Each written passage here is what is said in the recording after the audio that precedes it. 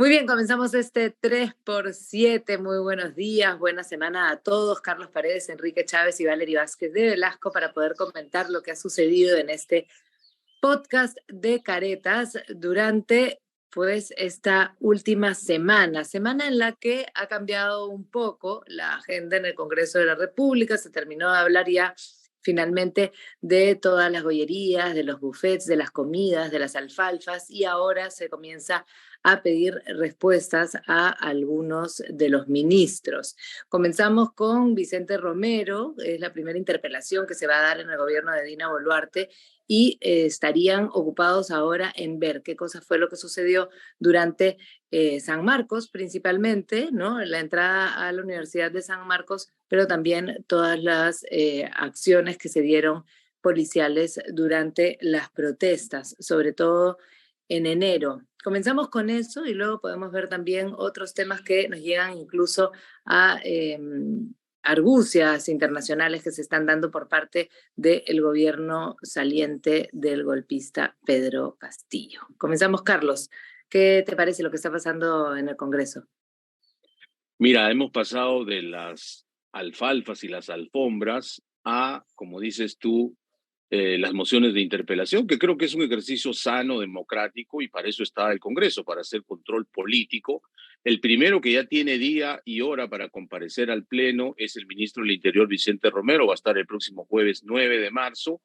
Y la agenda, además de lo que tú decías, esta intervención poco prolija en la Universidad Nacional Mayor de San Marcos, se ha agregado el tema del asesinato, la quema vivo del suboficial Sonco y el asesinato también de los policías en el Braen, 7 policías asesinados por lo que queda de el Sendero Armado, ¿no?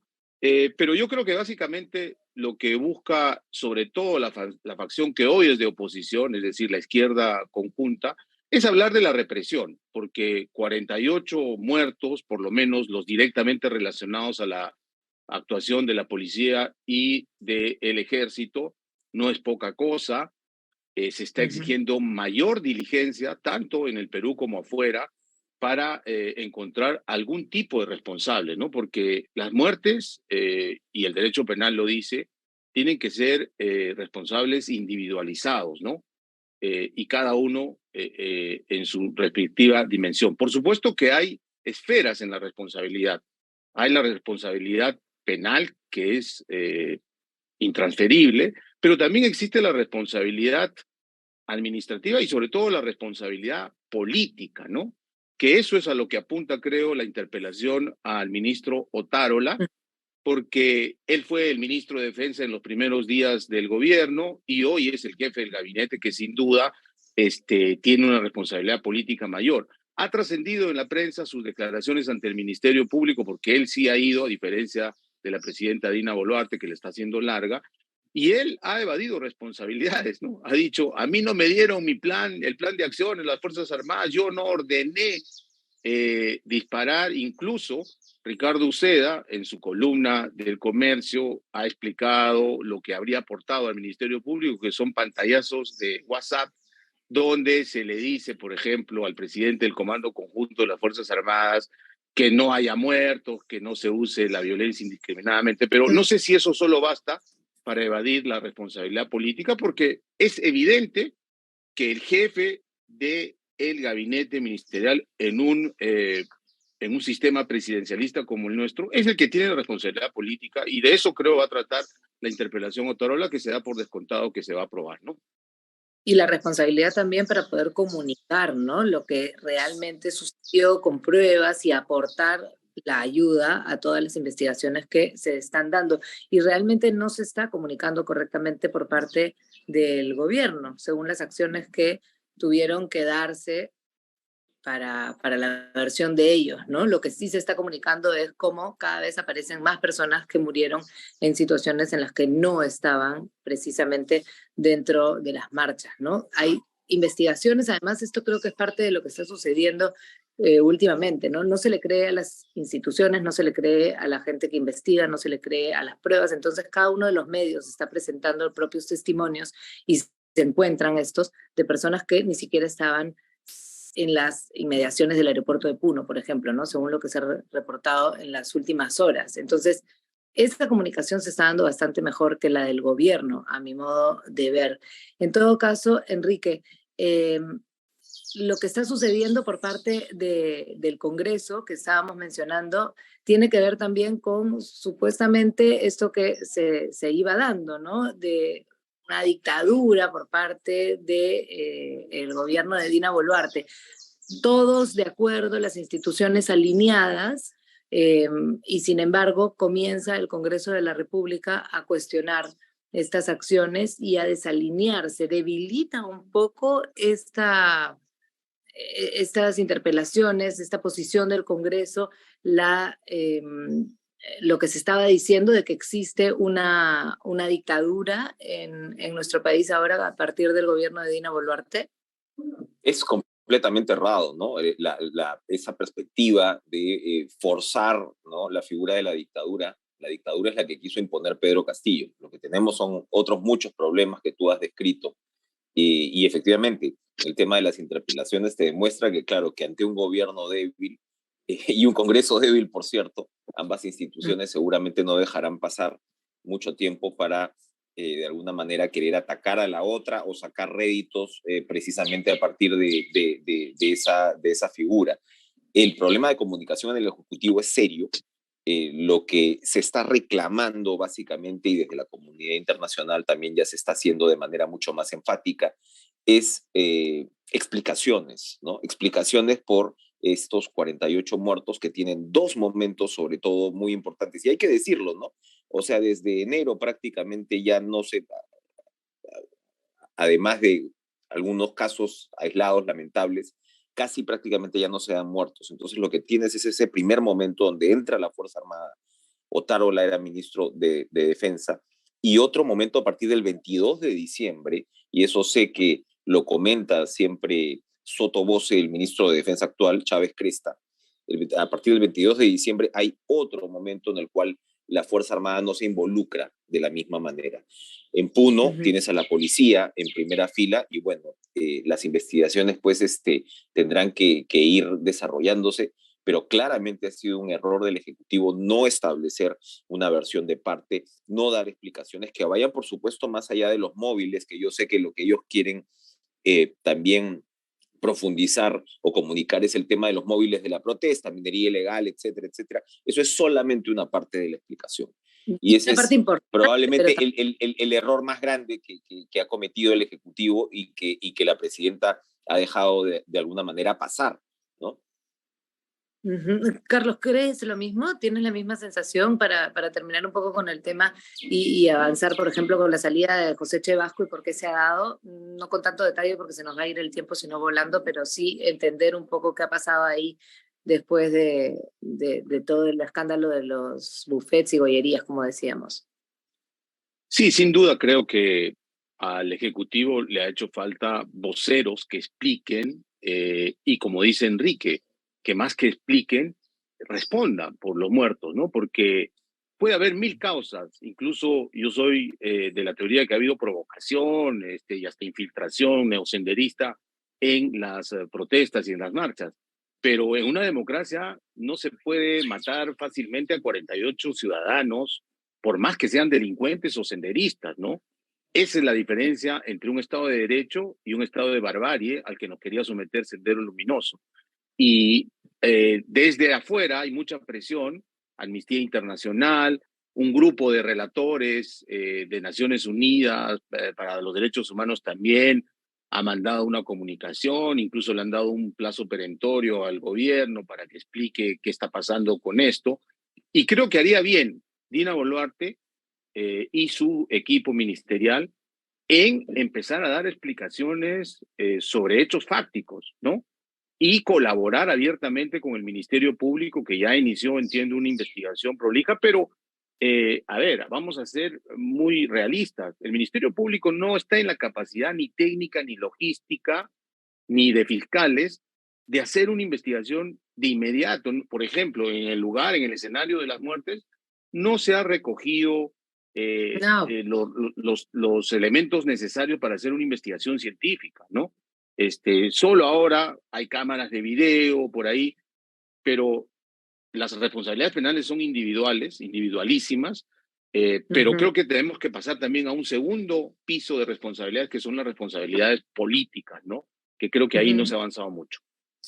Ahí podemos... Solamente discúlpame, para completar, ahí tienes efectivamente un premier que fue ministro de Defensa cuando va ese movimiento militar que muchos califican de inapropiado, que no debió darse particularmente en Ayacucho, y tienes un ministro del Interior, y eso es algo prácticamente ya estructural, divorciado de la Comandancia General. Lo que se dice es que por el lado de la policía tienes dos ministros. El ministro Romero, que es el que va a responder a la interpelación, pero tienes al comandante general Raúl Alfaro, que prácticamente no le responde al ministro. Hay una comunicación muy pobre. La policía, con las últimas leyes de autonomía, ha ganado un espacio muy grande. Se pensó que Romero, que viene, digamos, de la oficialidad, iba a tener una mayor ascendencia dentro del ministerio, pero está desamarrado. Entonces, también tienes esos problemas adicionales que me parecía importante La comentar. información que yo tengo, Enrique, es que el ministro Vicente Romero ha pedido 2 veces la cabeza de Alfaro. El problema es que hay una ley que se aprobó hace poco que lo blinda a Alfaro, ¿no? 2 años como mínimo como comandante general, y además hay una vieja rivalidad porque Alfaro viene de la PIP y Romero de la Guardia Civil. O sea, ahí nomás hay una desconexión terrible. Y eso para el Perú la seguridad... siempre va de extremos a extremos. Entonces, precisamente por el tema de las coimas y de que el presidente hacía lo que le da la gana, que fue lo que pasó con Castillo en los ascensos, les han dado a la policía este blindaje, este candado, que hace prácticamente inamovible al comandante general, ¿no? Entonces, ahí tienes unos problemas de fondo que obviamente no se están viendo, digamos, de manera cercana, ¿no? Y hablando de responsabilidad política, yo quería rápidamente saber qué cosa ha pasado con José Chevasco, ¿no? Finalmente sale él del Congreso de la República, es segunda vez que sale de esta forma, ¿no? Un hombre que tiene además muchísima experiencia como oficial mayor, pero que termina siendo no sé, el que se despega, ¿no? Sí, ¿qué cosa es... ¿Qué es lo que finalmente podría haber tenido como responsabilidad el oficial mayor en todo lo del escándalo del Congreso, que ya estaba haciendo demasiada bulla y que tenía que silenciarse de alguna forma? Yo creo que es un fusible, como dices tú. Se tenía que entregar una cabeza a la opinión pública, al periodismo, que ha sido muy incisivo con el tema del Congreso. Desde mi punto de vista, yo diría sobredimensionado, ¿eh? Porque hay cosas que vienen de hace muchos años, en fin, pero todo lo que haga el Congreso en este alarde de dispendio es poco empático con la crisis que vive el país, y creo que ha rodado la cabeza de Chevasco y de 3 funcionarios más, porque la otra opción era que ruede la cabeza del presidente José Williams, ¿no? Y en esta coyuntura no lo iban a permitir, por lo menos los que ahora manejan el Congreso, que eran la ex oposición política de Castillo, ¿no? Justamente ahí, Enrique, Williams se está moviendo bastante bien, ¿no? Para estar durando en la mesa directiva, para hacer la cabeza, a pesar de hasta la posibilidad de la renuncia que se daba en algún momento de Dina Boluarte, que cada vez está más diluida. Está bien agarrado a ese cargo, ¿no?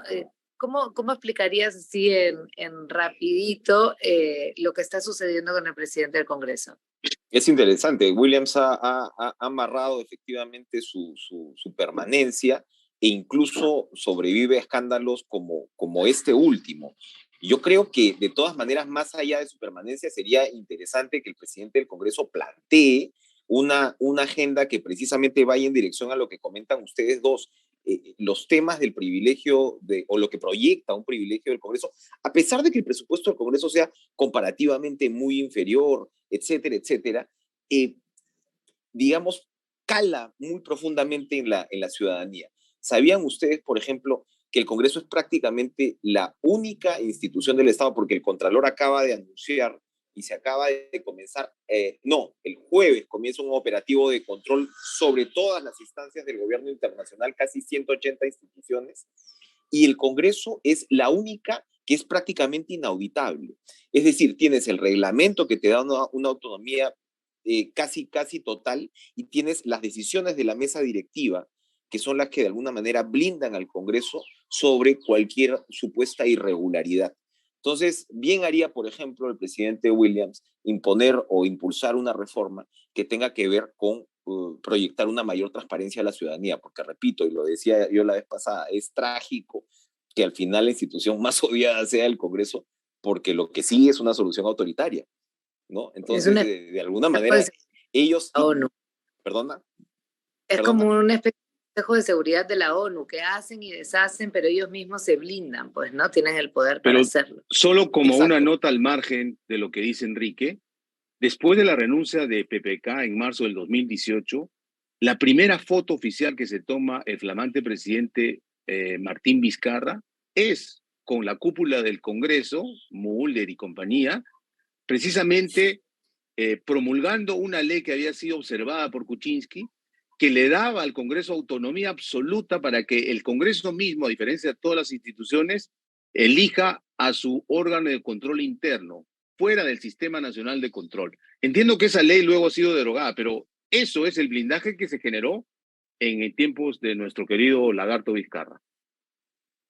Querido, dices tú.